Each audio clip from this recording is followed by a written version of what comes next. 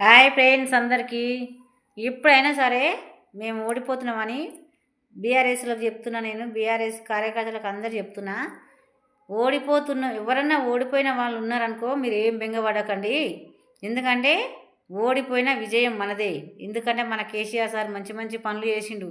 ఎక్కడున్నా కానీ కేసీఆర్ సార్ అండగా మనకు ఉంటుంది. ఆయన ఎక్కడున్నా సరే ఆయన అండ మనకు ఉంటుంది. మన అండ ఆయనకు ఉంటుంది. ఎక్కడైనా మీరు ఓడిపోతున్నామని మీరు భయపడకండి. మనం అందరం దిల్లు ఖుషిగా. ఎందుకంటే కేసీఆర్ సారే మన సీఎం. ఎప్పటికున్నా మన కేసీఆర్ సారే సీఎం.